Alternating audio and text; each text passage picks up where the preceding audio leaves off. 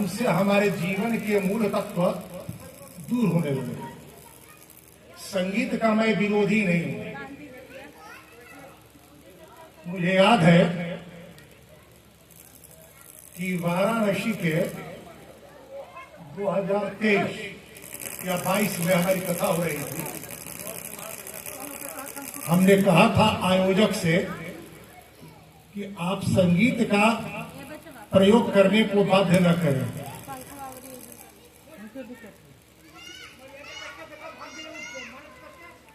तो आयोजकों ने कहा कि महाराज, आजकल यदि संगीत का समावेश कथा में न हो तो कथा सुनने कोई आता ही नहीं है। हमने कहा कि कदापि संगीत का आप प्रयोग न करें, आपका पैसा का अपव्यय होगा। मेरे कथा में संगीत के लिए कोई स्थान नहीं है। नारायण बाबू अफसान, नारायण। और जो कथा स्थल था वह किसी भी कॉलोनी से 2 किलोमीटर की दूरी पर।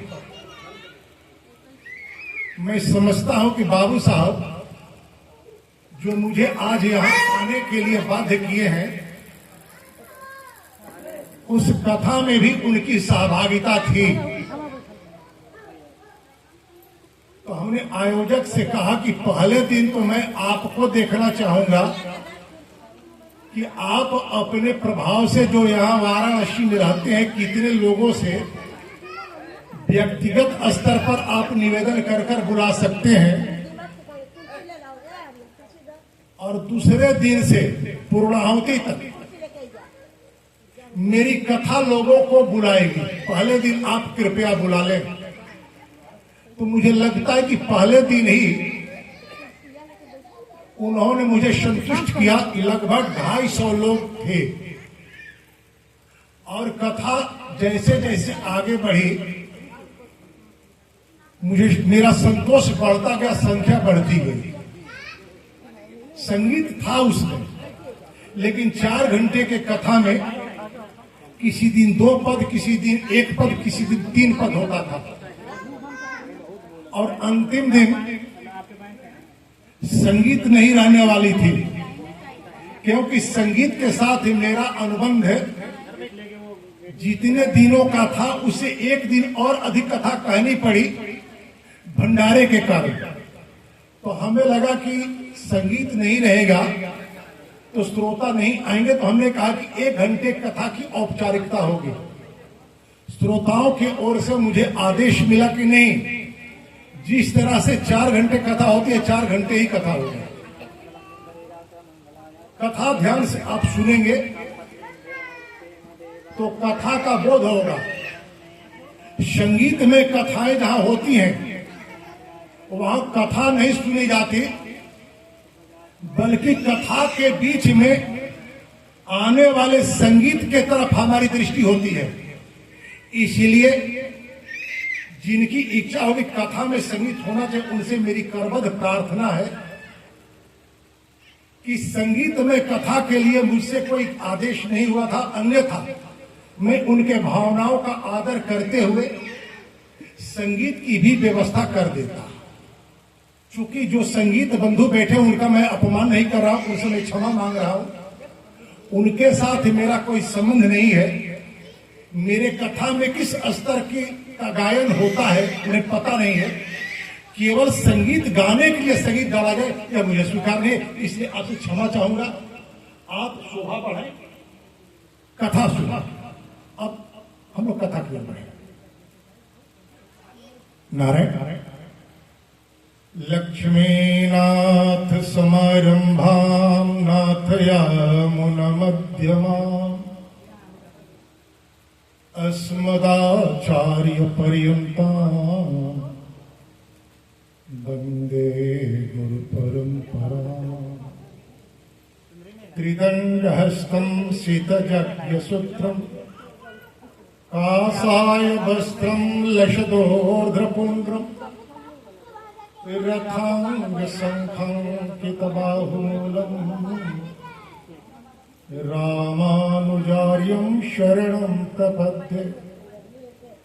कासायं यज्ञसूत्रं शुचिवपुषि तथा चोर्ध्रपुण्ड्रं च भाले जस्यास्ते दक्षहस्ते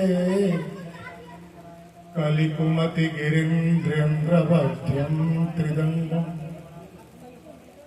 संसाराग्नि प्रशान्त्यै भृतजलममलं दारुपात्रं पवित्रम् श्रीविश्वक्सेन सूरे पदकमलजुगं श्रेयसेशं श्रयामि काषाय शोभिकमनीयवरं त्रिदण्डं सेने सजो विपदपङ्कजभृङ्गराजम् वैकुण्ठनाथ चरणाम्बुज सक्तचित्तम् लक्ष्मी प्रपन्न जतिवर्यमहं प्रपद्ये कान्ति स्मृतानन्दितसारदिन्दु जत्रैकतो विलसितामसितङ्गशोभा वृन्दावनेऽपि कृतयामुनगङ्गसङ्गम् राधा मुकुन्द जुगलं तदहं नमामि कृष्णं नारायणं वन्दे कृष्णं वन्दे ब्रजप्रियम् कृष्णं द्वैपायनं वन्दे कृष्णं वन्दे वृथासुतम् नारायणं नमस्कृत्य नरं चैव नरोत्तमं देवीं सरस्वतीं व्यासं ततो जयमुदीरये सच्चिदानन्दरूपाय विश्वोत्पत्त्यादिहेतवे तापत्रय विनाशाय श्रीकृष्णाय वयं नमः जं प्रव्रजन्तमनुपेतमपेतकृत्यं द्वैपायनो विरहकातर आजुहाव पुत्रेति तन्मयतया स्तरवोऽभिनेदुस् तं सर्वभूतहृदयं मुनिमानतोऽस्मि श्रीकृष्ण गोविन्द हरे मुरारे हे नाथ नारायण वासुदेव श्रीकृष्ण गोविन्द हरे मुरारे हे नाथ नारायण वासुदेव हे नाथ नारायण वासुदेव हे नाथ नारायण वासुदेव हे नाथ नारायण वासुदेव हे नाथ नारायण वासुदेव श्रीकृष्ण गोविन्द हरे मुरारे हे नाथ नारायण वासुदेव। प्रेम से बोलिए भाष्यकार भगवान श्री रामानुजाचार्य स्वामी जी महाराज की जय। विश्ववन जगदाचार्य श्रीमद विश्वक्सेनाचार्य तृतीयदंडी स्वामी जी महाराज की जय। पूज्यपाद प्रातः स्मरणीय नित्य वंदनीय हृदय स्मरणीय श्रीमद जीयर स्वामी जी महाराज की जय। श्री राधा कृष्णचंद्र भगवान की जय। श्रीमद् भागवत महापुराण की जय। नारायण भागवत कथा का आयोजन यह जो हुआ है, पहले तो उसका उद्देश्य हम सबको पता हो गया है। कथा आगे आएगी, वहां विस्तार से उसकी चर्चा की जाएगी।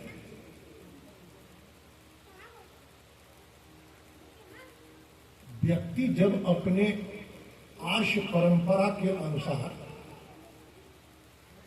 स्थापित आचार की उपेक्षा करता है, स्वेच्छापूर्वक जीवन जीना आरंभ करता है, तो अपना पहचान गंवा देता है। संसार में जितने लोगों का जन्म हुआ, जितने प्राणी जन्म लिए, प्रत्येक प्राणियों का अपना एक पहचान, उनकी अपनी संज्ञा है। और प्रत्येक पहचान वाले संज्ञा से संबोधित होने वाले प्राणी के अपने आचार हैं।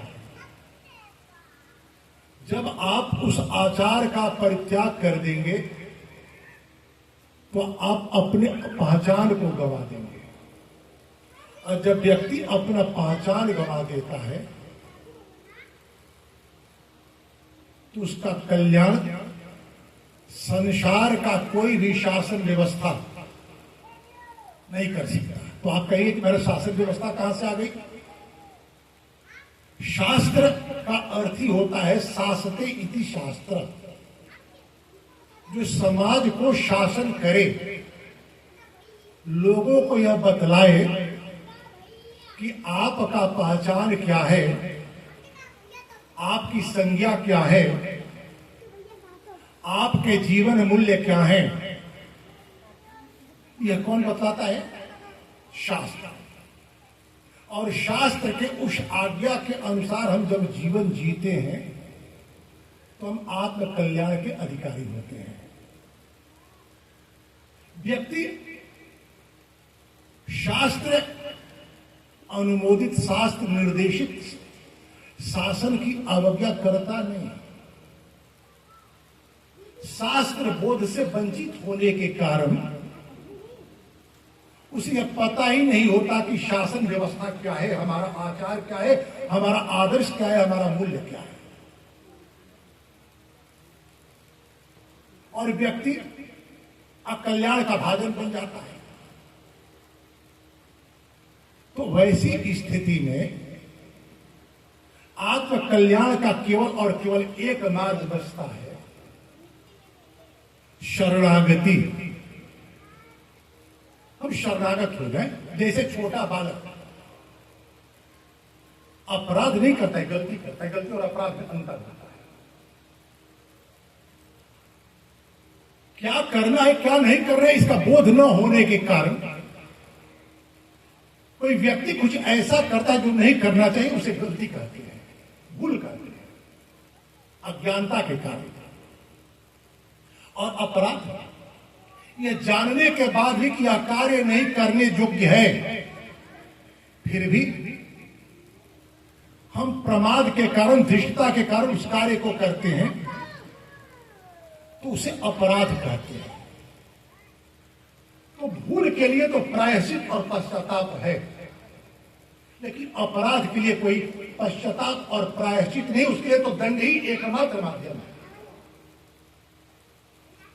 तो यदि हमने शास्त्र बोध से वंचित होने के कारण, अज्ञानता के कारण कुछ ऐसा आचरण अपने जीवन में जिया है जिसके कारण हम अपना पहचान गंवा दिए, अकल्याण के अधिकारी हो गए, तो किसी श्रेष्ठ के पास जाकर यदि हम शरणागत हो जाएं तो हमारे भूल पर वह दृक्पात नहीं करता, क्षमा कर देता है। नहीं तो है कौन? किसके पास जाकर के शरणागत हुआ जाए? भगवान के या भागवत के? अब प्रश्न यह है, भगवान के शरण में जाकर शरणागत हुआ जाए या भगवान के भक्तों के शरण में जाकर शरणागत हुआ जाए? भगवान नहीं मिलेंगे। जिनके शरण में जाकर अब शरणागत होकर के अपने भूल के लिए क्षमा मांगे, तो भगवान मिलेंगे क्या जी? भगवान का जो अवतार होता है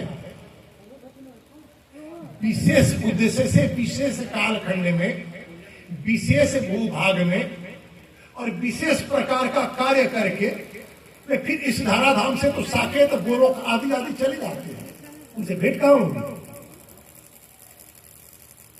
तो भगवान के जो भक्त हैं भगवान के चरित्रों का जो गुणानुवाद करते हैं, उनके शरण में जाकर के यदि हम शरणागत हो जाएं,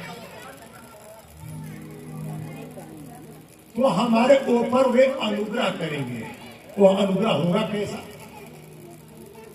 कि कहेंगे कि बेटा, अब तक आपने जो किया तो किया,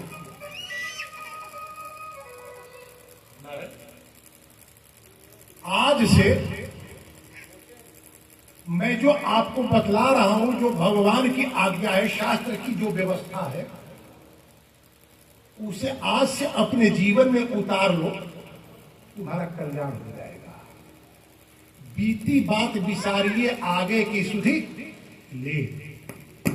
जितना पानी बह गया, उस पानी का हिसाब मत कीजिए कि कितना बह गया। और जो ऐसे चरित्र के लोग जो होते हैं, उसे भागवत कहते हैं। तो आप कहेंगे कि महाराज, आप भगवान के भक्तों के शरण में शरणागत होने की बात करते हैं और आप पोथी लेकर बैठे हुए हैं कि यही भागवत जी है क्या? तो हाँ, भागवत जी हैं, जो केवल और केवल भगवान के लिए गीत गाए, मनोरंजन के लिए नहीं। भगवान के जो भगवान की भक्ति के उनका जो गीत गाए, उसे ही भागवत कहते हैं। भागवत शब्द का अर्थ होता है व्युत्पत्ति की दृष्टि से भगवद आपत्यम भागवतम, भगवान का पुत्र होना, भगवान का दास होना, भगवान का सेवक होना, अपने जीवन को भगवान की व्यवस्था के प्रति समर्पित कर देना, यह भागवत का लक्षण है। और इस भागवत का तो महत्व और विशेष है, क्योंकि देखने में ये कागज का एक जिल्द नुमा एक समावेश है, उसमें स्याही से लिखे गए कुछ अक्षर हैं। लेकिन नहीं महाराज, केवल इतना ही नहीं है यार। इस श्रीमद् भागवत को भगवान कृष्ण की वाङ्मयी मूर्ति कही जाती है। इसमें भगवान स्वयं साक्षात अपने तेज के साथ प्रवेश किए हैं। क्यों किए हैं? इसकी कथा अभी नहीं, कथा क्रम में जथा समय। तो भागवत की कथा अभी नहीं होगी, अभी भागवत के महात्म्य की कथा होगी। क्योंकि जब तक आप किसी विषय के महत्व को नहीं जानेंगे, तब तक आपको उसमें रुचि नहीं जगेगी। गोस्वामी तुलसीदास जी कहते हैं कि प्रीति के लिए परिचय का होना आवश्यक है। क्योंकि जब परिचय होता है तो प्रतीत होती है, प्रतीत का अर्थ विश्वास, और जब प्रतीत हो जाती है तो प्रीत हो जाता है। तो जैसे ही प्रीत होता है तो मैं और तू का भेद समाप्त हो जाता है। वहां मैं नहीं होता, वहां तू नहीं होता, दोनों मिलकर एक अलग हो जाते। केवल उसमें रस होता है, आनंद होता है, साथ हो या न हो, अनुभव होता है, उसी को आनंद कहते हैं। आनंद और सुख में बहुत अंतर है। सुख साधन में होता है, जिस वस्तु को पाने से मुझे अच्छा लगे उस अनुभव को सुख कहते हैं। लेकिन वस्तु रहेगा तभी सुख मिलेगा। लेकिन एक सीमा के बाद वह वस्तु जो अभी तक सुख देता है वह दुख देने लगता है। जैसे मुझे रसगुल्ला बहुत अच्छा लगता है। अब ये पंखा को ऐसे करिए कि हवा है, पसीना होगी तो कथा कहीं आनंद नहीं आएगा। अनुकूलता चाहिए, कथा के लिए अनुकूलता चाहिए। और केवल मुझे ही नहीं, सुनने वालों को भी। मैं ये कह रहा था मुझे रसगुल्ला बहुत अच्छा लगता है, सुस्वादु। कोई व्यक्ति मेरे स्वाद से परिचित होकर के मुझे रसगुल्ला खिलाने का संकल्प लगा खिलाने। एक समय के बाद वह स्वाद मेरे लिए अरुचि का विषय हो जाएगा। नहीं, तभी खिलाने वाला कि नहीं महाराज आपको तो रसगुल्ला अच्छा लगता है, आपको खाना पड़ेगा, उस पर क्रोध हो जाएगा, हम उसे पीट देंगे। और कोई एक रसगुल्ला खिलाया केसर वाला, नहीं खिलाया, कहीं रसगुल्ला बन रहा है, उसका गंध आ गया, खाए नहीं, लेकिन उसका गंध मुझे प्रभावित करा। जहां रहेंगे रसगुल्ले का गंध मेरे भीतर आएगा। रहीमन संगति साधु की जो गंधी को बास, जो कछु गंधी दे नहीं तो भी बास सुबास। नहीं, उसे आनंद करते। आनंद पाने से आनंद नहीं मिलता, पाने से सुख मिलता है, लेकिन पाने के बाद खोने का भय रहता है और व्यक्ति खो ही देता है। तो किसी विषय के, किसी ग्रंथ के महत्व को पहले जानना चाहिए। तो हम लोग श्रीमद् भागवत के महात्मा को जाने। शौनक जी 88,000 ऋषियों का प्रतिनिधित्व करते हैं। नहीं, आजकल प्राय समाज में दो बातें सुनी जाती है और कही जाती है। एक बात कि ब्राह्मणों का समूह नहीं बनेगा। नहीं, जहां दो ब्राह्मण होते हैं आपस में, उनका अहंकार टकरा जाता है।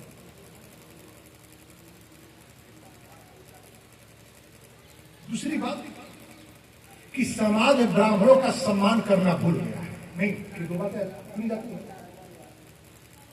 क्यों? जब तक आप अपने जीवन में प्राप्त होने वाली विपरीत परिस्थितियों से परिचित नहीं होंगे, व्यक्ति अपने जीवन में प्राप्त होने वाली विपरीतता से जब परिचित हो जाता है तो उसमें संगठन भी बनता है और समाज के लिए अपने भीतर वह उपयोगिता का सृजन भी करता है। नहीं, समाज आपकी अवज्ञा कर रहा है। क्यों कर रहा है? समाज के योग्य आप यदि होंगे तो समाज कभी आपका अवज्ञा नहीं करेगा। आप समाज के योग्य तो बने, और नहीं, आप अपने जीवन में प्राप्त होने वाली विषम परिस्थितियों से पहले परिचित हो। यह स्थिति तो उस कुत्ते सी हो गई है जो एक सूखी हड्डी को लेकर चिबा रहा होता है और हड्डी के किनारे से उड़ के गलफर में छिल जाता है और छीले से खून रिश्ता है और उस खून को ही वह कुत्ता समझता है कि सूखी हड्डी से मुझे खून मिल रहा है।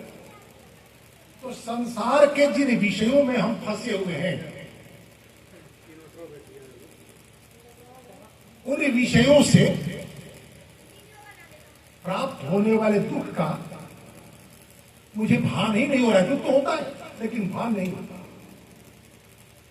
तो शौनक आदि ऋषि जो हैं 88,000 ब्राह्मण थे, जो कहते कि ब्राह्मणों का समूह नहीं बनता, संगठन नहीं बनता। तो 88,000 ब्राह्मण का नेतृत्व करते थे श्री सुखदेव जी महाराज। समाज में उनकी अवज्ञा होने लगी, समाज के लोगों ने उनकी उपेक्षा करने लगा, समाज को करने लगे। तो उपेक्षा से दुखी होकर उन्हें उपेक्षा की पीड़ा का भान हुआ। वे चले गए प्रजापति ब्रह्मा के यहां और ब्रह्मा जी ने उन शौनक आदि ऋषियों को एक रथ दिया कि आप लोग इस रथ पर चढ़कर के ब्रह्मलोक से दक्षिण दिशा की ओर जाएं, जहां रथ की त्रिज्या टूट जाए। त्रिज्या किसे कहते हैं? निमिषा है ना सीतापुर में, तो निमिष कहते किसे? तो किसी भी चक्के के मोटरसाइकिल देख रहे हैं, साइकिल देख रहे हैं, उसका जो स्कोप है ना, उसको संस्कृत में निमिष कहते हैं। केंद्र को परिधि से जोड़ने के लिए जो आड़ी तिरछी त्रिज्याएं बनी होती हैं, उसको निमिष कहते हैं। तो चाहे टूट कर बिखर जाए, आप लोग वही ठहर लेंगे। अरे रथ का जब चक्का ही टूट जाएगा तो फिर आगे जाएंगे कैसे? निमिष का एक अर्थ क्या है? निमिष का एक अर्थ है, हमारी पलकें जब गिरकर उठती हैं तो गिरकर उठने में जितना समय लगता है उस समय को निमिष कहते हैं। समय की छोटी इकाई। एक घड़ी आधो में पुनियाद, तुलसी संगत साधु के कटे कोटि अपराध।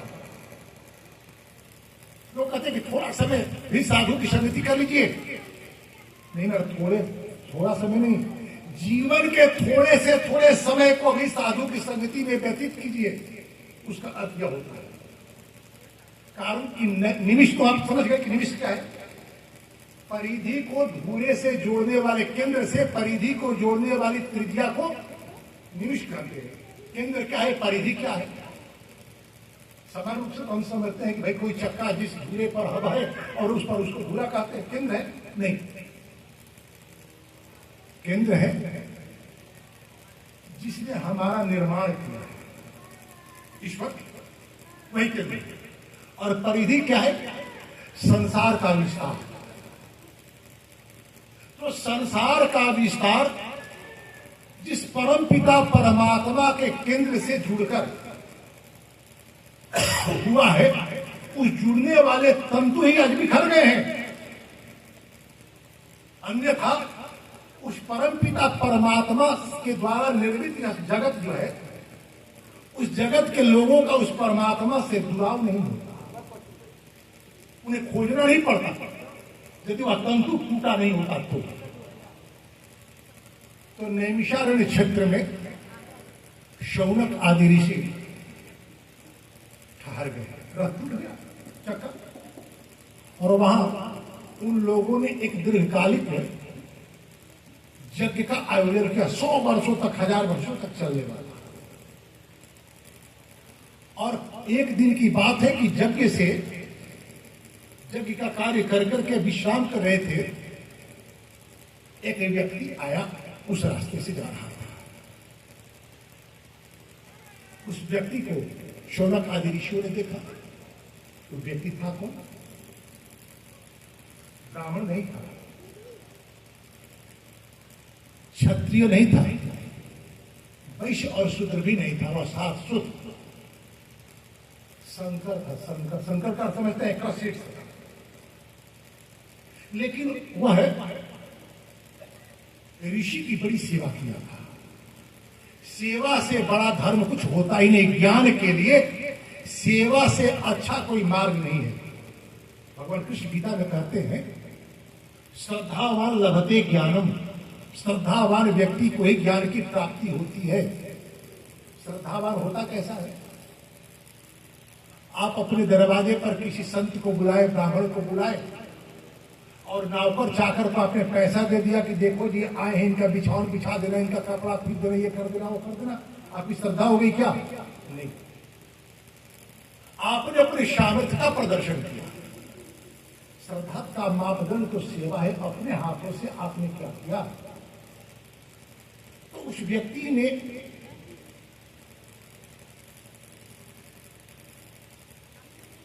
वेदव्यास जी की बड़ी सेवा करी थी, और वेदव्यास जी अपने पुत्र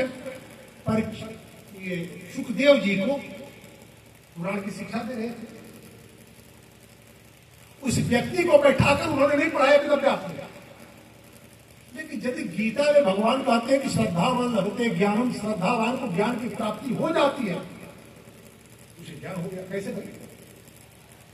मनु जी महाराज लिखते हैं कि जो स्त्री गृहाग्नि की सेवा करती है उसे गुरु गृहवास का फल मिलता है।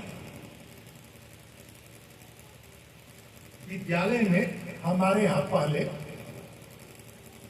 बच्चियां बहुत कम जाती थी, लेकिन घर में भोजन बनाती थी, अपने परिवार को भोजन कराती थी। परिवार के बीच में समन्वय और सदाचार की स्थिति थी। जब परिवार में सदाचार होगा, समन्वय होगा, तो परिवार का प्रत्येक सदस्य एक साथ बैठेगा, और जब बैठेगा तो कुछ न कुछ बात होगी। तो सदाचार होगा तो सदाचार की ही तो बात होगी। तो स्त्रियां भी स्वाभाविक से सदाचार की ओर प्रवृत्त हो जाती थी। पढ़ता था गुरु के यहां जाकर पति, और पति आकर के जो गुरु के यहां से उसे आचार की शिक्षा मिलती थी। परिवार के बीच में जो समन्वय की स्थिति थी, साथ बैठने की प्रवृत्ति थी, समन्वय के कारण आज प्राय परिवारों में शिकायत है।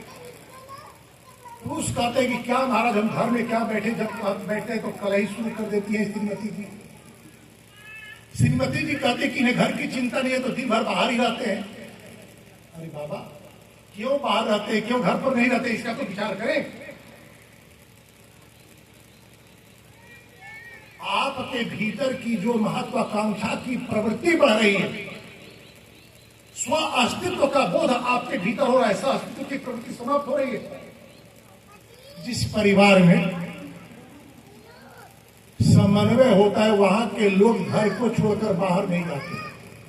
अब तो स्थिति है कि घर में एक बिछावन पर पति और पत्नी और दोनों अपने अपने मोबाइल से चैटिंग कर रहे, बात नहीं कर रही है। क्या तरीका है?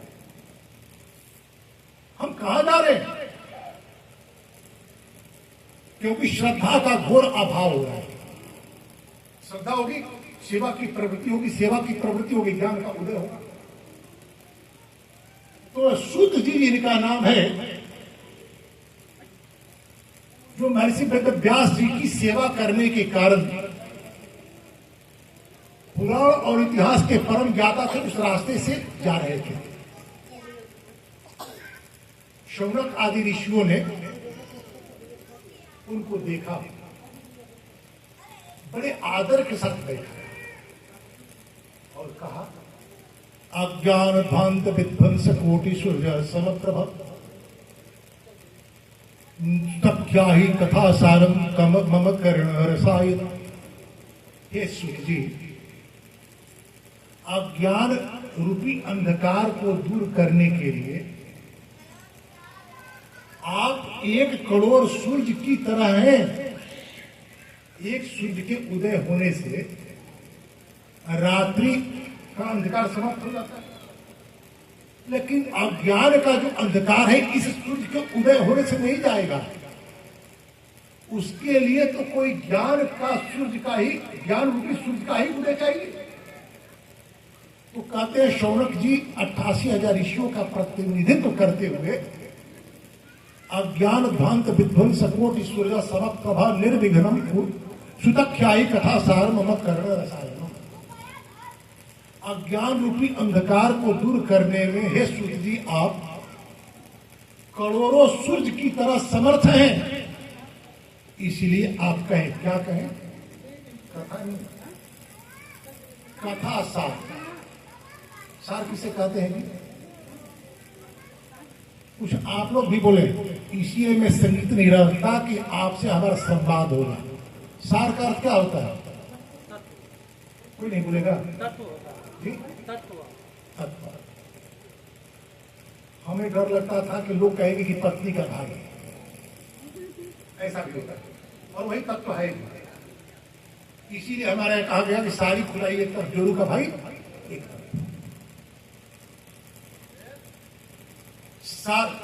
पत्नी के भाई को तत्व कहा जाता है, क्यों?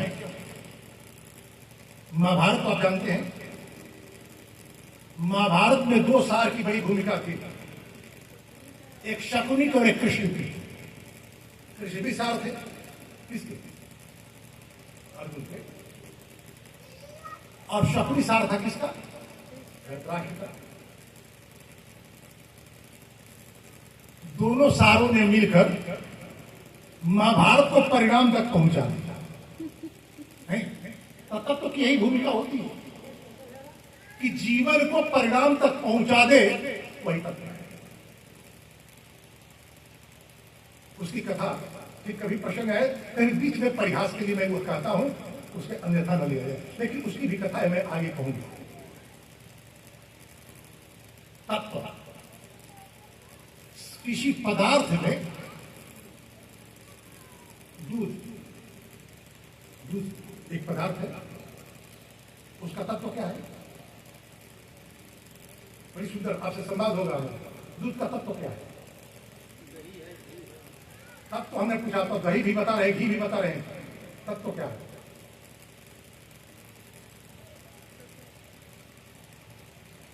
अज्ञान ध्वंत विध्वंस कोटि सूर्य समप्रभा। अज्ञान को दूर करने के लिए, जब अज्ञान दूर होता है तो जगत दिखता है? देखने के लिए आंखें होनी चाहिए, नहीं? गुरु वंदना हम करते हैं, अज्ञान तिमिराशर ज्ञानांजन शलाकया चक्षुर उन्मीलितम जेन तस्मै श्री गुरुवे नमः। ये गुरुदेव, आंख के रोग को दूर करने के लिए आप शलाका है, शलाका सुरमा। सुरमा कैसा होता है? काला होता है। तो दूध का अंतिम तत्व काजल ही है।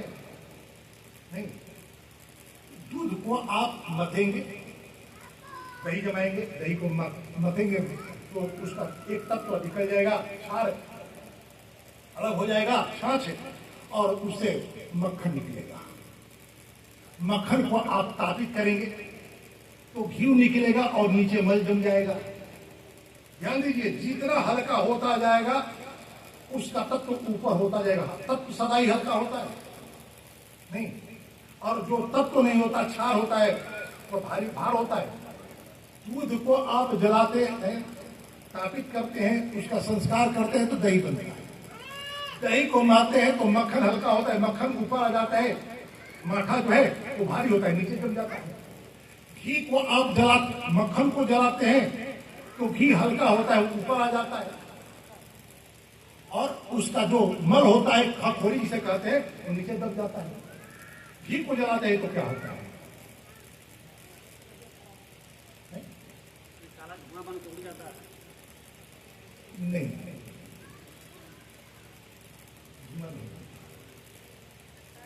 गाय का घी जब आप जलाएंगे तो जो धुआं बनता है उसको हम उड़ने नहीं देते, उसको एक आवरण में लेते हैं, उसी का काजल बनता है। और जो उड़ता है वह प्रकाश होता है। लेकिन जहां तक दीपक का लौ दिखता है वह प्रकाश नहीं है, दिखता है लेकिन वह प्रकाश नहीं। प्रकाश का काम है दिखलाना, लेकिन दीपक का लौ जो होता है वह दिखलाएगा किसी चीज को क्या? वह स्वयं दिखेगा। लेकिन जैसे ही वह अपने एक सीमा के ऊपर जाकर के अपना आकार, प्रकार, रंग और रूप छोड़ देता है, बस वह प्रकाश हो जाता है। और यही सार तत्व है।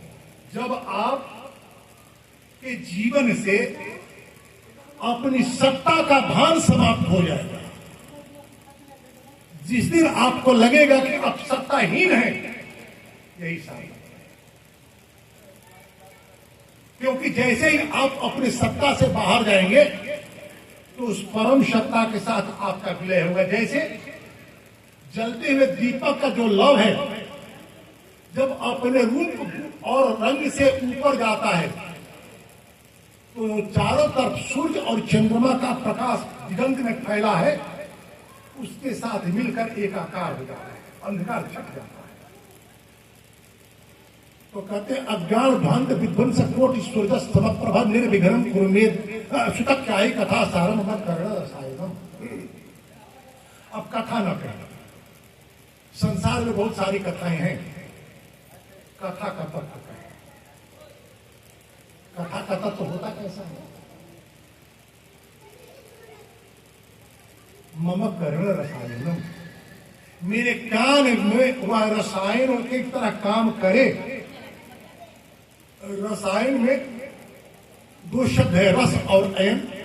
रस किसे कहते हैं और अयन किसे कहते हैं? अयन का हम लोग घर लिखते हैं ना, रामायण। अयन का अर्थ क्या होता है? आयन का अर्थ होता है घर।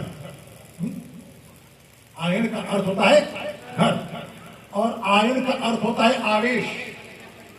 फिजिक्स की भाषा में, फिजिक्स की भाषा में आयन का अर्थ होता है आवेश। नहीं जी, हो सकता है कि मुझसे गलती हो तो कोई सुधार देगा। एक बड़ा सुंदर विद्यार्थी था, कहा कि पढ़ेंगे नहीं। क्यों भाई? तो फिजिक्स में सेल को कहा जाता है बैटरी। जीव विज्ञान का शिक्षक सेल का अर्थ का बतलाता है कोशिका, और कॉमर्स का प्रोफेसर सेल का अर्थ बतलाता है विक्री। ये क्या तरीका है? एक ही शब्द को लोग अलग अलग जानते हैं। तो अयन शब्द का अर्थ होता है घर, और अयन शब्द का अर्थ होता है आवेश। आवेश का मतलब, आवेश जब होता है तो उसमें चुंबकत्व, चुंबक पैदा होता है नहीं, और चुंबक जब पैदा होता है तो किसी वस्तु को अपनी ओर खींचता है।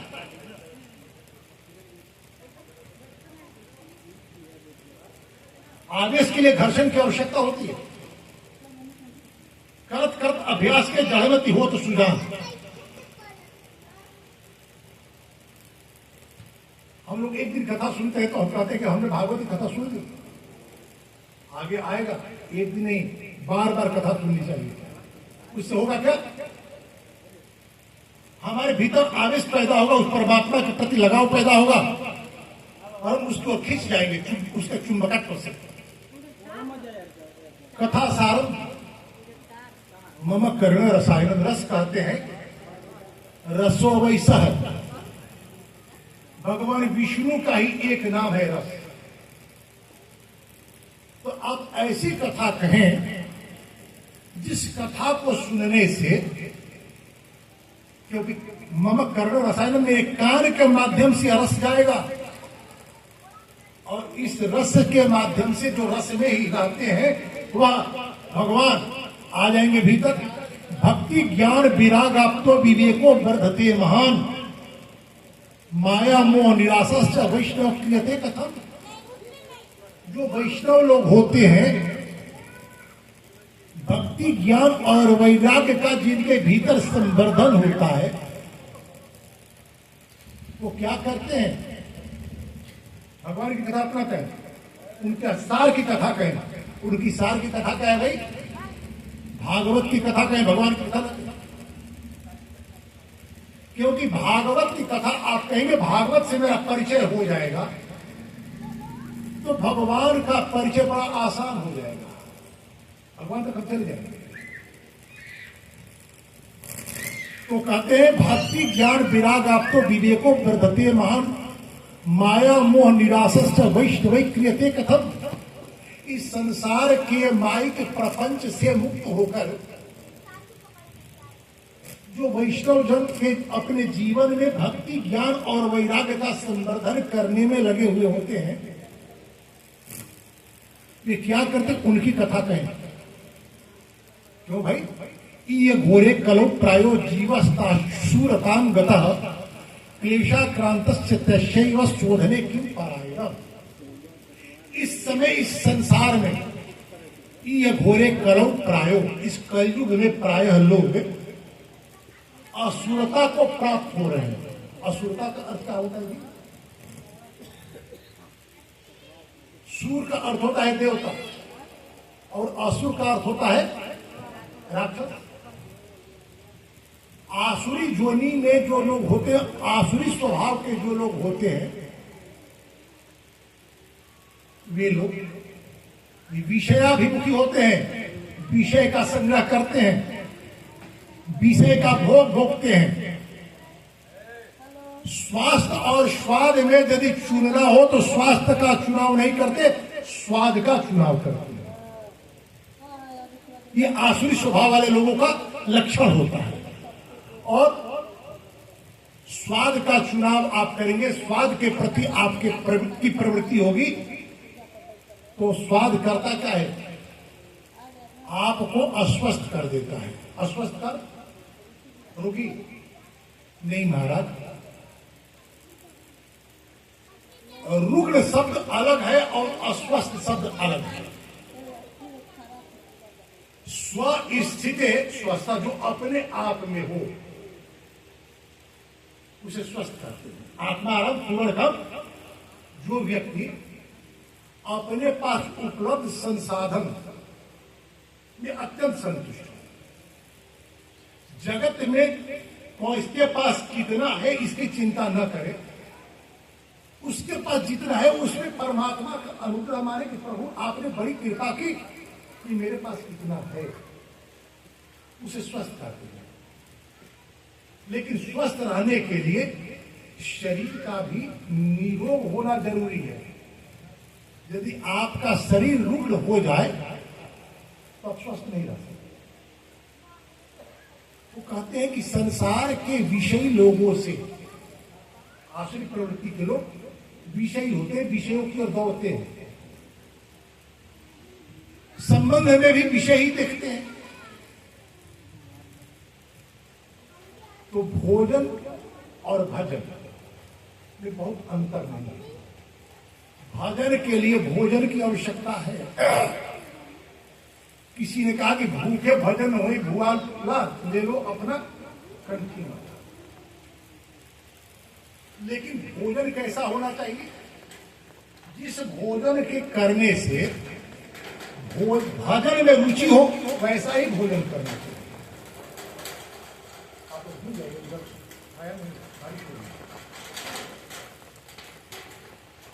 तो जैसे ही स्वाद की उपेक्षा करके आप स्वास्थ्यकर भोजन पर ध्यान देंगे तो पहला काम क्या करेंगे?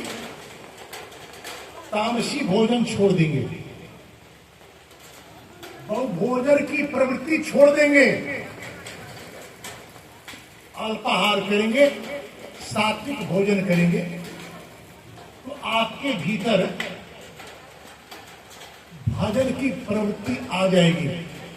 माया मोह निराशा से वैष्णविक लेते कथम, जो प्रश्न हुआ कि वैष्णव लोग क्या करते हैं, तो वैष्णव लोग भोजन नहीं करते, प्रसाद करते हैं। गोस्वामी तुलसीदास जी कहते हैं भगवान के प्रति कि जो भगवान तुम्हें निवेदित भोजन करें, आपको जो निवेदित कर करके आपको भोग लगा करके जो व्यक्ति भोजन करता है उसके जीवन में पाप नहीं। तो भगवान को भोग क्या लगाया जाएगा? भगवान को भोग लगाया जाएगा लहसुन प्याज नहीं लगा, जो बनेगा वो। आज कितने लोग हैं जो ये कहने की स्थिति में है कि महाराज हमारे यहाँ प्रतिदिन बनने वाला भोजन ही प्रसाद बनता है, भगवान को भोग लगाने को बनता है।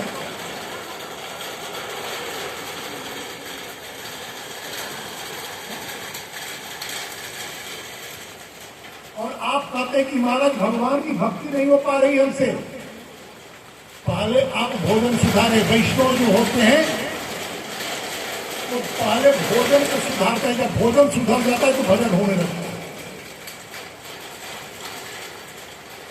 क्लेश क्रांत तस्यैव शोधने किम परायणम, क्लेश क्रांत तस्यैव शोधने किम परायणम। जो आसुरिक प्रवृत्ति के लोग हैं इस कलयुग में, उनका शोधन कैसे होगा, इस विषय में आप बताएं। आगे कहते हैं श्रेयसाम जब भवेत् श्रेया पावनानाम च पावनम पुष्प प्राप्ति परम शाश्वत साधन तद्वदाधुना। उस साधन की व्याख्या करें जिस साधन का पालन करने से भगवान कृष्ण के प्रति मेरे मन में प्रीति हो, अनुराग बढ़े। क्यों भाई? चिंतामणि लोक सुखम सुरद्रु स्वर्ग संपदा, चिंतामणि लोक सुखम सुरद्रु स्वर्ग संपदम परच्छति गुरु प्रीतो वैकुंठम योगी दुर्लभम। चिंतामणि जो होती है वो संसार के सारे सुख को दे देती है, और कल्प वृक्ष जो होता है वह स्वर्ग का सुख देता है। लेकिन यदि कोई संत मिल जाए जीवन में, भगवान का भक्त मिल जाए जीवन में, तो वह क्या देता है? इस जगत के साधन को, सुख को देता ही देता है।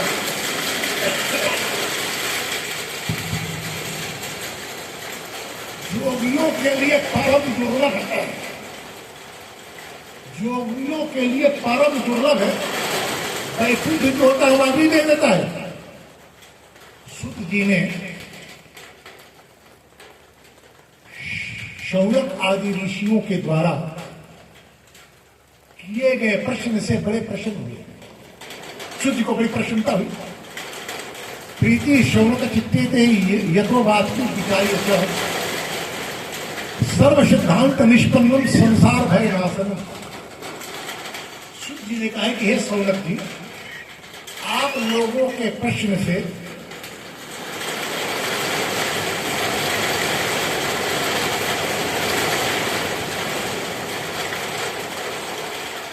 इसके ऊपर इतना ऊंचा करके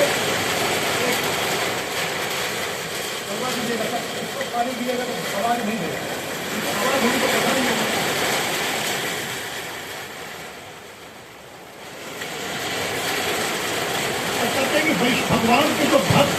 भगवान के जो संत हैं, जो भगवान की प्रीति का परिचय देने वाले हैं, ऐसे संत यदि जीवन में मिल जाए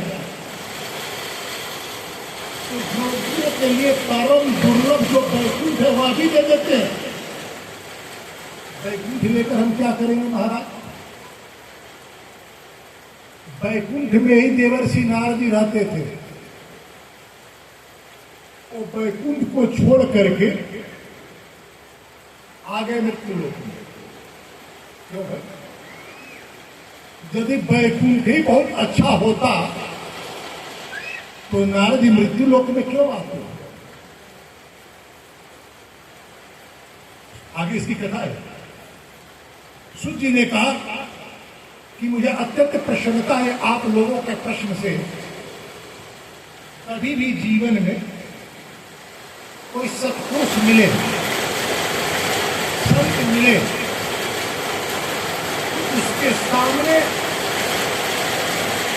लोक जीवन का प्रश्न नहीं करता। हमारा बेटा हो गया घर तो आगे, ये तो स्वाभाविक रूप से हमारे किए हुए कर्मों के द्वारा मिलता है और कोई लोग नहीं करता। जैसा कर्म हमने किया है उसका फल नहीं मिलेगा। इसलिए लोग से संबंधित फल किसी संत से नहीं करना चाहिए। संत जहां आप जाएं तो भगवान की प्रीति कैसे प्राप्त होगी ऐसे प्रश्न करने चाहिए। मानस में कथा आती है, इस किंधा का राजा बाला राज बाली भगवान राम के हाथों मारा गया। मरते समय भगवान राम से उसकी अनेक चर्चा हुई। भगवान ने कहा कि बाली कहो तो तुझे मैं अमर कर दूं। क्योंकि नहीं महाराज, अमरत्व को प्राप्त देवताओं की दुर्दशा जो है मुझे पता है, मुझे मर जाने दीजिए। भगवान ने कहा कि कहो तो तुझे मैं वैकुंठ भेज दूं।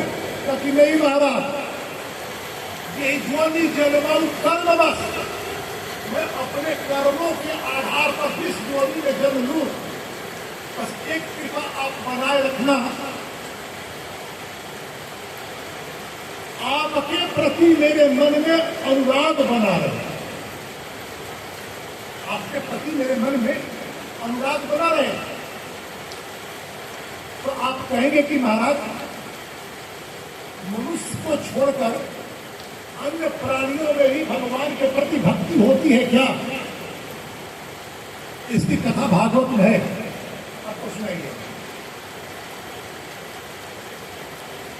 तो शुभ जी ने कहा कि बड़ी अच्छी बात है कि आप लोगों ने भगवान के प्रति कैसे प्रीति हो इस संबंध में प्रश्न किया। इस संबंध में मैं कथा कहूंगा आप लोगों को, आप लोग सुनो। लेकिन एक चिंता थी शुभ जी को, कथा बहुत देर तक सुनना संभव नहीं होता। नहीं, 5 बजेगा तो कहेंगे लोग कि महाराज जी कथा तो 5 बजे तक ही होनी थी, घर में भोजन बनाना है, ये करना है, वो करना है। मुझे एक बार भी कहने का अधिकार नहीं देंगे कि श्रीमान हमने तो 2 बजे से कथा कहने की कही थी, आप लोगों ने 4 बजे कथा शुरू की, तो हम आज कथा 7 बजे तक कहेंगे।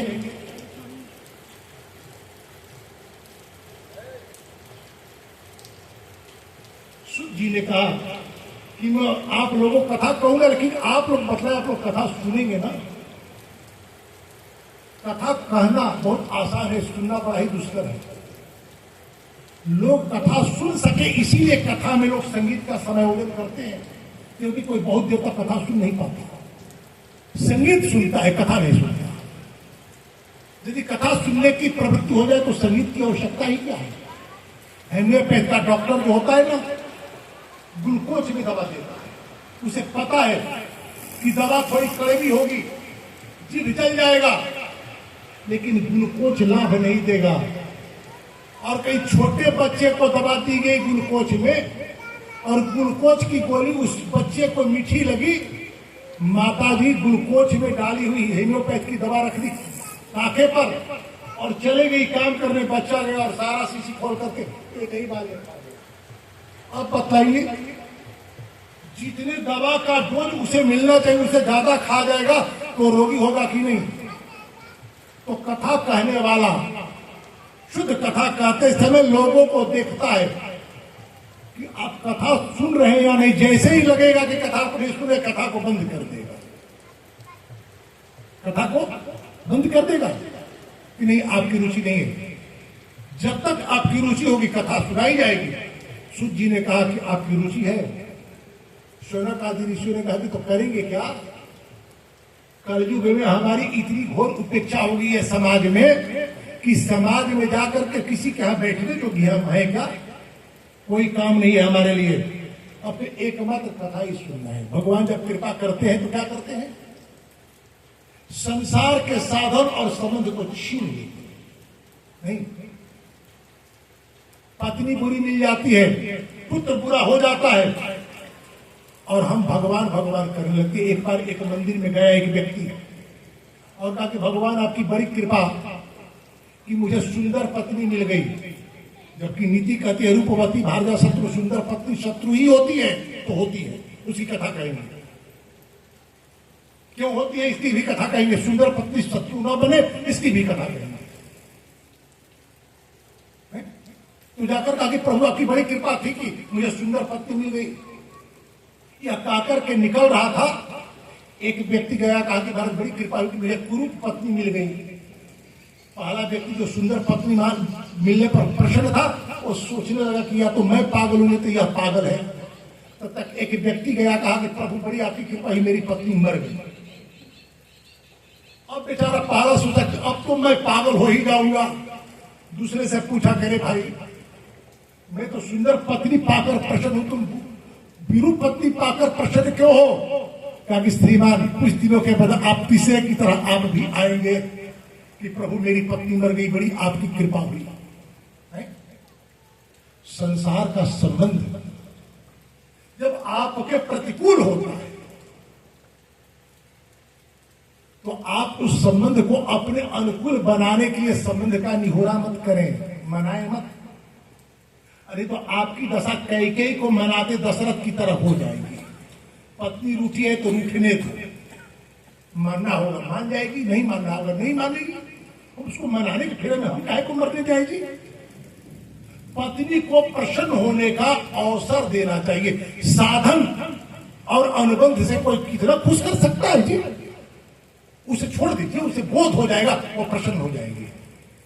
लेकिन जब कोई पुरुष किसी सुंदर स्त्री के देह पर आसक्त होकर के उसे पाने का आग्रह करता है तो उसकी दशा दशरथ की तरह हो जाती है। आप दशरथ बने लेकिन राम पिता दशरथ बने, कैकेयी पति दशरथ बनने का प्रयास मत करें। कभी वाल्मीकि रामायण की कथा सुनिएगा तो उसकी कथा कहेंगे, बहुत समय नहीं लेंगे। तो सूजी ने कहा कि मैं कथा सुनाऊंगा। जब कलयुग के अत्याचार से, कलयुग के कारण आपकी दुर्दशा हो गई और इस दुर्दशा को आपने अपने लिए सौभाग्य मान लिया है तो आपको मैं कथा सुनाऊंगा। तो कहते तदहम ते विधाश्यामि सावधानतया श्रुणु कालव्याल मुखग्रास त्रास निर्णास हेतवे। संसार काल के व्याल मुंह में जा रहा है, उसकी रक्षा के लिए मैं कथा सुनाऊंगा, आप लोग सावधान होकर सुने। श्रीमद्भागवतम शास्त्रम कलौकीरेण भाषितम एतस्माद् अपरम किंचित मन शुद्धेन विद्यते कालव्याल मुखग्रास त्रास निर्णास हेतवे श्रीमद्भागवतम शास्त्रम कलौकीरेण भाषितम। कलयुग के जीवों के कल्याण के लिए ही सुखदेव जी ने कथा कही है।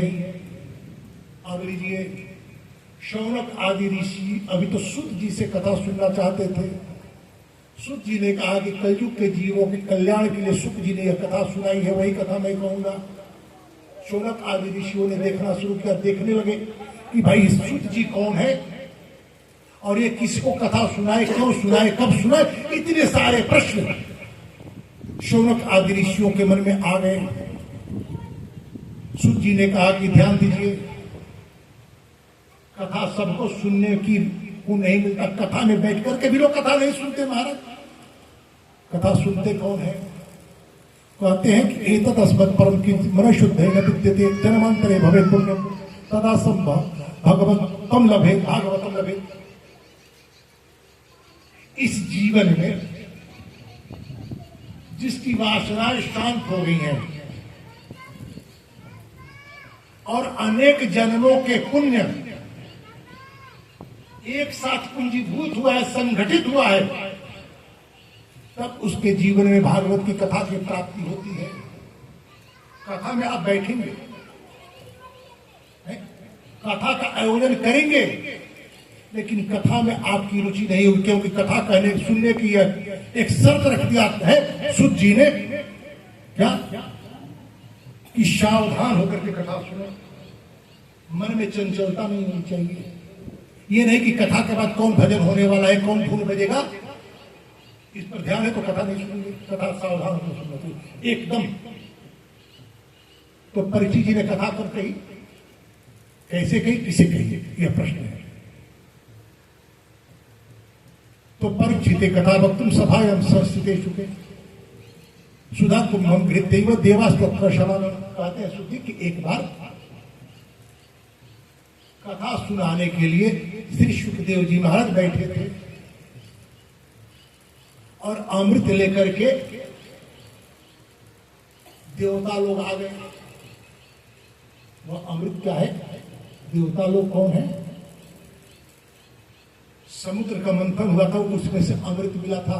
उसकी कथा आगे कही जाएगी, तो संकेत। और उसी अमृत को पाने के लिए देवासुर संग्राम हुआ। देवासुर संग्राम में बेचारे देवता कमजोर पड़ रहे थे। शारीरिक से जो बली होते हैं ना, शारीरिक बल का जो परिचय देते हैं वो असुर होते हैं, और जो विवेक रूपी बल से युक्त होते हैं वह सूर होते हैं, देवता होते हैं। देवता बेचारे थोड़े कमजोर होते हैं, वह सदा ही सहारा ढूंढते हैं, क्योंकि विवेक उनके पास है, बल नहीं है।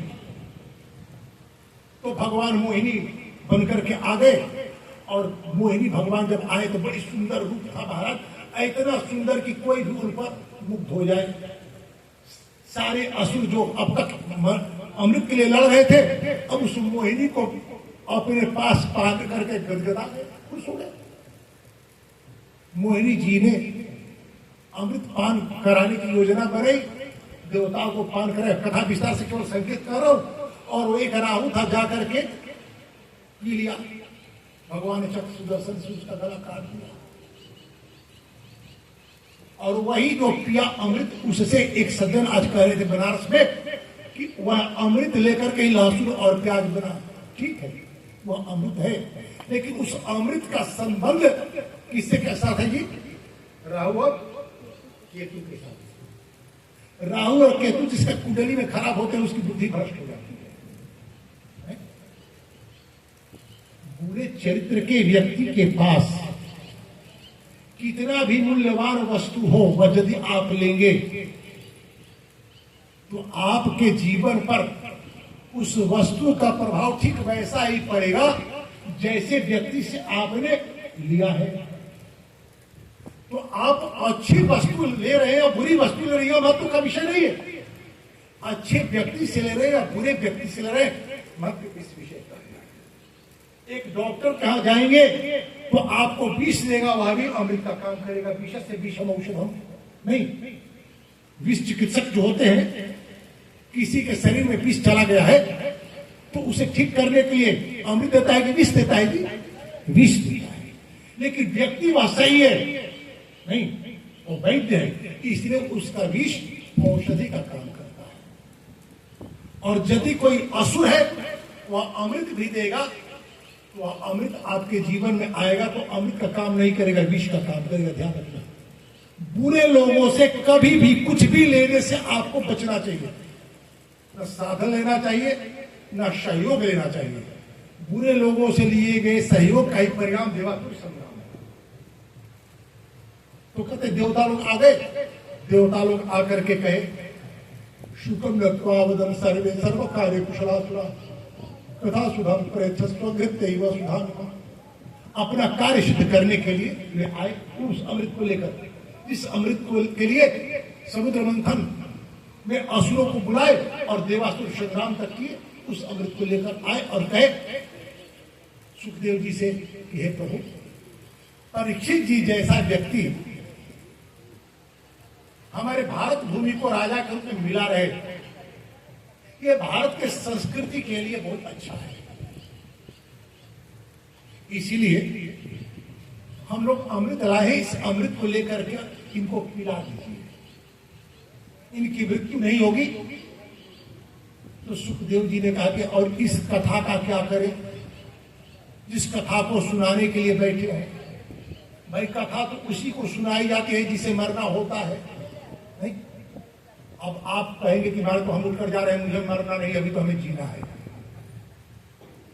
जिसे जीना नहीं आएगा उसे मरना भी नहीं आएगा। मरने की पहली शर्त है कि आपको जीना सीखना होगा। जीने आ गया तो मृत्यु उत्सव हो जाता है। नहीं, मरने से कौन डरते हैं? परीक्षा देने से वही विद्यार्थी डरता है जो साल भर पढ़ा नहीं है, और जो साल भर पढ़ा है वो परीक्षा के लिए जल्दी ताकता है कि जल्दी परीक्षा हो जाए, भाई कपाल कहेगा खत्म हो जाए। तो जीवन को जिसने सम्यक प्रकार से जिया है वो चाहते कि प्रभु शीघ्र मृत्यु आ जाए। अच्छा, एक बात आपसे मैं पूछना चाहता हूं, दीर्घायु होना अच्छा है या अल्पायु होना? अब जब तक आप लोग नहीं बोलेंगे कथा आगे नहीं बढ़ेगी।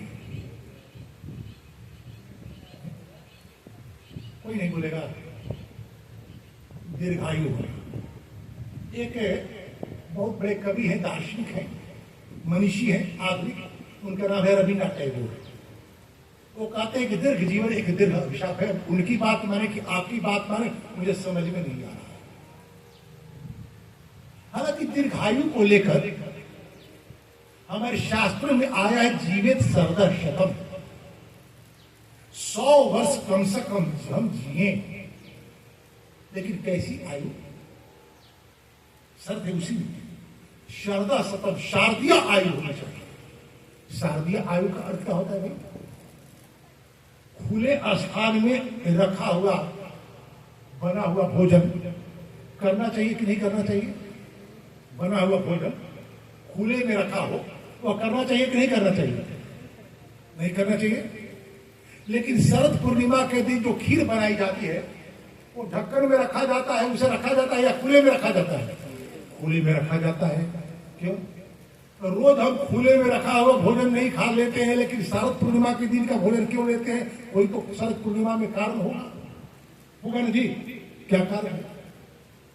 गर्मी के दिनों में सूर्य के ताप से तप्त होकर के पृथ्वी के कण टूटते हैं, दुर्घट वायुमंडल में फैलते हैं, वायुमंडल प्रदूषित हो जाता है। नहीं, वर्षा के दिनों में जब मेघ बरसता है तो जो वायुमंडल में जो धूलकण होते हैं उस मेघ से धुलकर पुनः जमीन पर बैठ जाते हैं, सारा वायुमंडल स्वच्छ हो जाता है। नहीं, और पूर्णिमा के दिन चंद्रमा की किरणें सीधे आती हैं। चंद्रमा क्या देते हैं जी? अमृत। चंद्रमा के किरणों में अमृत होता है। नहीं, तो चंद्रमा की किरणें जो होती है शरद पूर्णिमा के दिन अपने पूरे पूरे अमृत को उस पायस में डाल देती है, इसलिए उस दिन का खीर हम लेते हैं।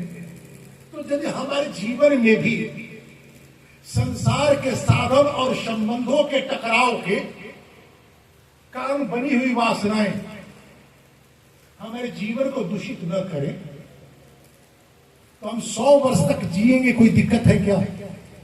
लेकिन यदि हमारे जीवन में वासनाओं का अंबार लगा हो, संबंधियों से हमारी अपेक्षा हो कि भाई आप मेरी पत्नी हो, मेरी सेवा करो, आप मेरे पति है, मेरा बाप है, मेरी माता है, ये करो करो, तो आपके जितने संबंधी हैं वे सारे के सारे संबंधी कहने लगेंगे कि अब इनको मर जाना चाहिए, इनकी बुद्धि भ्रष्ट हो गई है, जिस दिन आपकी बुद्धि संसार के विषय वासनाओं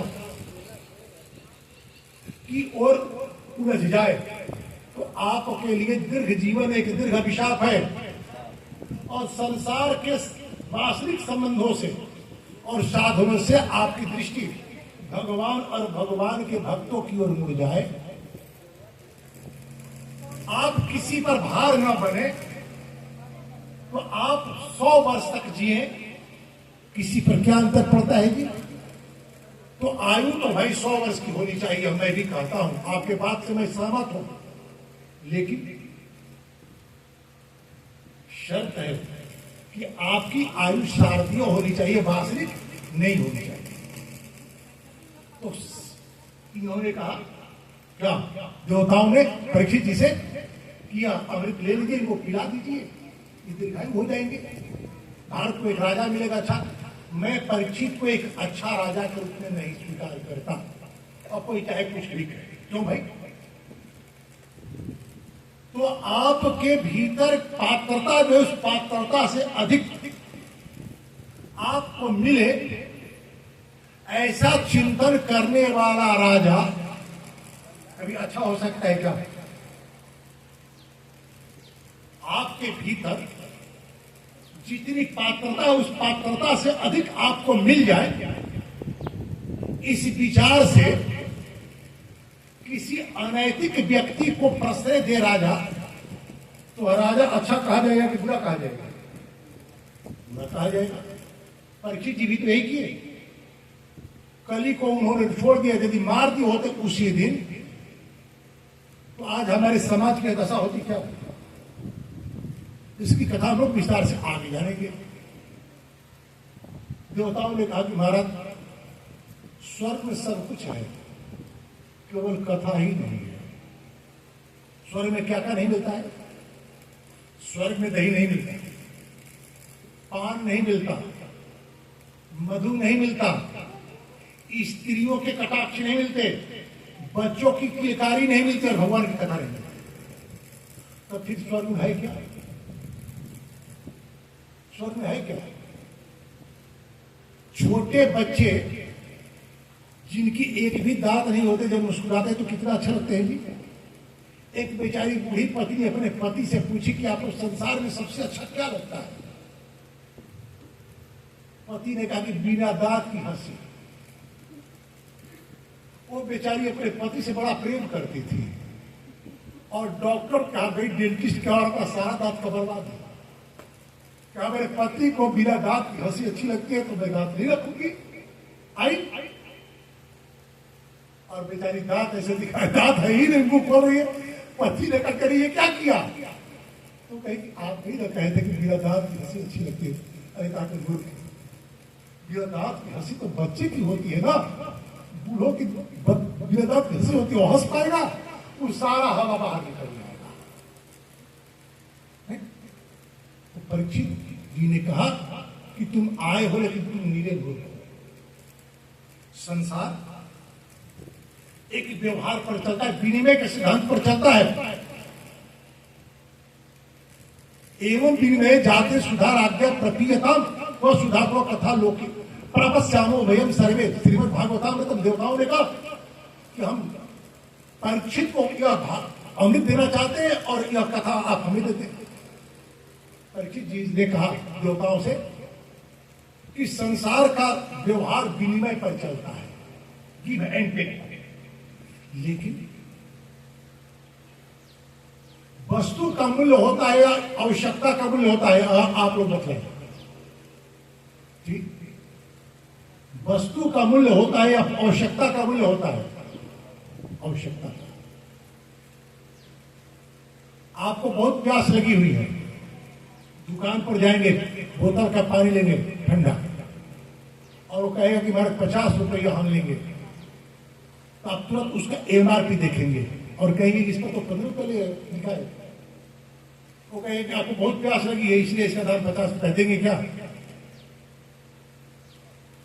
आपको पता ही नहीं है कि आपके जीवन में आवश्यकता क्या है, और उस आवश्यकता की पूर्ति कहां हो सकती है। आज का जीवन बाजारवादी हो गया, बाजार पर आश्रित हो गया है। इसलिए बाजार में वस्तु का दाम होता है, आवश्यकता का मूल्य नहीं होता। जब बाजार के जीवन से आप बाहर निकलेंगे, समाज के जीवन में आएंगे, व्यवहार के जीवन में आएंगे, तो वहां आवश्यकता का मूल्य होता है, वहां सामान का मूल्य नहीं।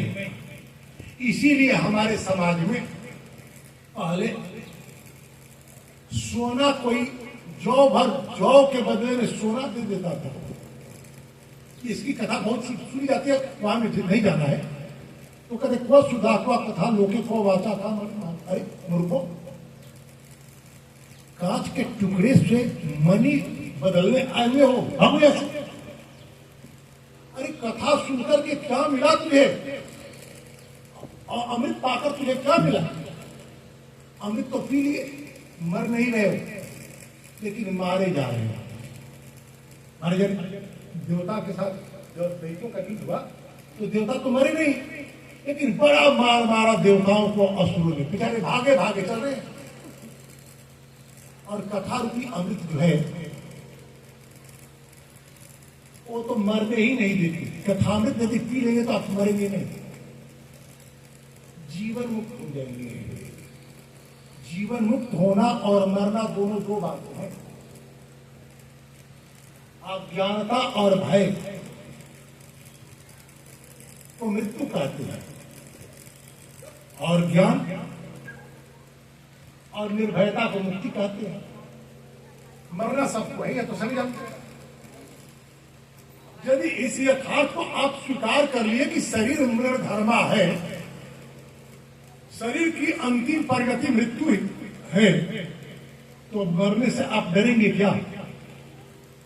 बल्कि मृत्यु आपकी अच्छी हो, इस व्यवस्था में आप लग जाएंगे। लेकिन आपको लगता है कि नहीं साहब, मरना मुझे नहीं है, हम तो जिएंगे हजारों साल। तो कैसे कहा जाता है कि कल जन्मदिन पर हर साल की उम्र हो हजारों साल, हैप्पी बर्थडे टू यू। जन्मदिन ऐसे नहीं मनाया जाता। हमारे यहां जन्मदिन मनाने की पद्धति थी, दीपक जलाना। मंदिरों में, घरों में दीपक जलाने से क्या होता है? दीपक है क्या? दीपक प्रकाश का प्रतिनिधित्व करता है। जब आप लोक को प्रकाशित करेंगे तो आपके भीतर प्रकाश होगा। हम अपने आप पहले बच्चों से दान दिलवाते थे, छोटे छोटे बच्चे से घर आए हुए ब्राह्मणों को, अतिथियों को दान दिलवाते थे, तो हमारे बच्चों के भीतर देने की प्रवृत्ति बनती थी। आज गिफ्ट अपने बच्चों से कलेक्ट करवाते हैं, बच्चों में लेने की प्रवृत्ति बन रही है। लेने की प्रवृत्ति का होना आपके उत्कर्ष का पर्याय है, या देने की प्रवृत्ति का बनना, या आपको निर्णय करना है। मैं कौन होता हूं करने वाला? लेकिन मुझसे कोई पूछे तो मैं कहूंगा कि देने की प्रवृत्ति यदि बच्चे में आ जाए तो कभी दरिद्र नहीं होगा, गरीब नहीं होगा। देने वाला, महाराज, नदियां देती हैं, कभी पल भर भी ठहर करके पीछे मुड़कर देखती हैं क्या कि मेरा स्रोत मुझे जल दे रहा है या नहीं? लगातार आगे बढ़ रही है, तो नदी है। जिस दिन थमकर पीछे मुड़कर नदी देखना शुरू कर देती है, उस दिन नदी नदी नहीं रह जाती, गड्ढा हो जाता है। और गड्ढे का जल कोई पीता है क्या जी? है? तो देने वाला, देने की जिसकी प्रवृत्ति होती है, यदि उसका देना रोक दिया जाए, उसे लिया ना जाए, तो रोगी हो जाता है। गाय देती है, जब गाय दूध देने के लिए तैयार होती है और आपके हाथों में, आपके पास पात्र नहीं होते सारा दूध ले लेने का, तो गाय को क्या हो जाता है? एक रोग है, क्या कहते उसे? थनई। एक माँ जब अपने बच्चे पर अपना स्नेह उड़ाती है और बच्चा अपने माँ के सारे दूध को नहीं खींच पाता, तो माता रोगी हो जाती है। तो देने वाला जब देने की कला में प्रवीण होता है तो खाली होने में उसे सुख होता है। अब आप विचार करें कि आपको जीवन की यात्रा में खाली होकर चल रहा है या भरकर चल रहा है? यात्रा करते समय खाली होकर चलने में सुख है या भारी होकर चलने में सुख है जी?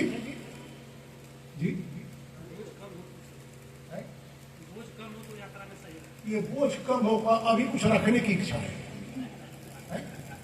ये कम होने की बात करते हैं, बोझ खत्म होने की बात की जा रही है। जितना हल्का होंगे जीवन उतना आसान होगा। तो आप कहेंगे कि महाराज हम साथ कुछ ले नहीं जाएंगे तो हमारी व्यवस्था कैसे चलेगी? आपके पास जो आया है वो यदि कुछ लेकर रहे हैं फिर भी आप उसकी व्यवस्था करते हैं। उदार चरितानाम वसुधैव कुटुंबकम, आप किसी दूसरे के हाथ थोड़ी जा रहे हैं। जिसके हजार वह भी आपका कुटुंबी है। आपके यहां आने वाले को यदि आपने कुटुंबी माना है तब तो देने की प्रवृत्ति यदि हो जाए जीवन में, लेकिन देने की प्रवृत्ति कब होगी? यदि हमारे पास कुछ होगा तब न देंगे। हमारे भीतर तो इतनी दरिद्रता भरी है कि कितना भी हो जाए लगता है कि कुछ कमी है। क्यों दरिद्रता? इसकी कथा जथा समय हम लोग करेंगे। तो सुखदेव जी ने भागो यहां से, तुम आए हो मणि के बदले में कांच लेकर के। अभक्तास्ता विज्ञाय न ददौ न कथामृतम, भक्तिहीन को जिसके भीतर भक्ति हो उसको कदापि कथा नहीं सुनानी चाहिए। आप कहेंगे कि हमारे को कथा किसको सुनानी चाहिए? और पूर्व में क्या किया है यह विषय नहीं है। विषय इस बात की है कि भागवत के प्रति उसकी निष्ठा बन गई है कि नहीं। यदि वह उसे यह विश्वास हो गया कि भागवत सुनने से मेरे जीवन का कल्याण हो जाएगा तो भक्त है।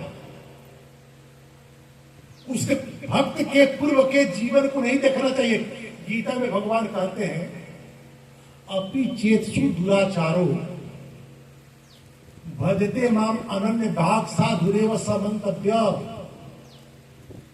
जो पूर्व में चाहे कितना भी दुराचार क्यों ना किया हो, जिस क्षण भगवान और भगवान के भक्तों के प्रति उसके मन में श्रद्धा जन्म ले और सेवा करने लगे। महाराज सेवा बड़ा दुष्कर कार्य है। सेवा करते समय अहंकार सामने आ जाता है।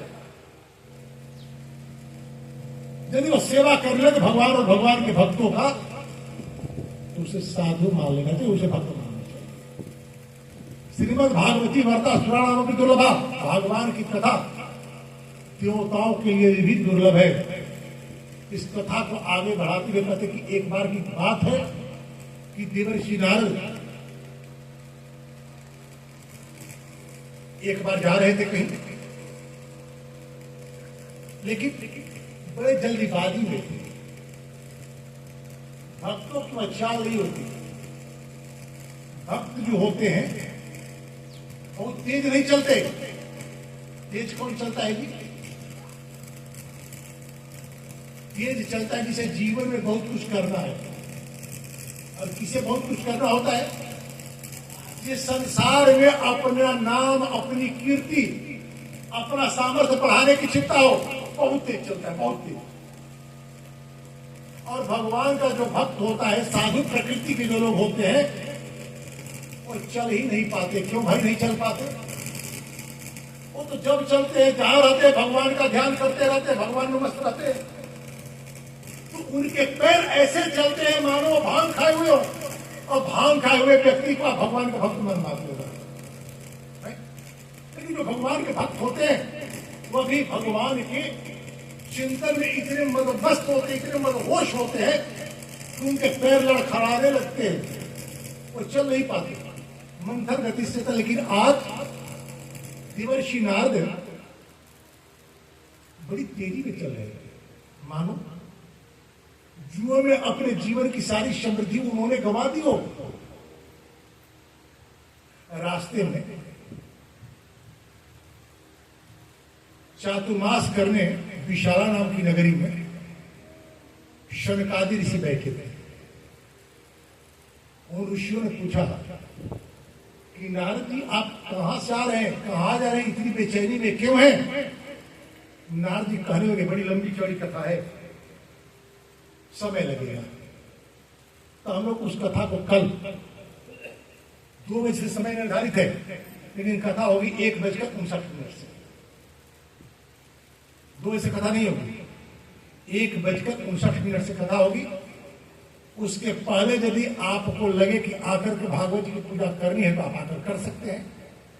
आज तो मैंने प्रतीक्षा की, आपने कहा कि महाराज जी पहले दिन की तैयारी है, जब कथा सुननी थी तो आपको कल आ जाना चाहिए था यहाँ पर। तो आपने सोचा कि चलो एक दिन और बनारस में एसी के कमरे का सुख ले लिया जाए।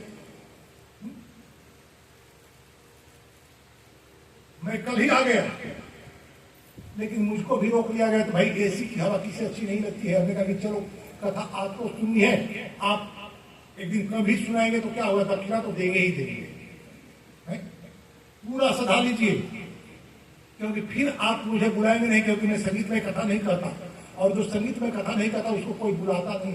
इस पर संयोग से बुला दिया तो कथा सुन लीजिए, आरती का दर्शन किया जाए। और कल ठीक 1:59 समय आरती कहाँ है, निकलिए।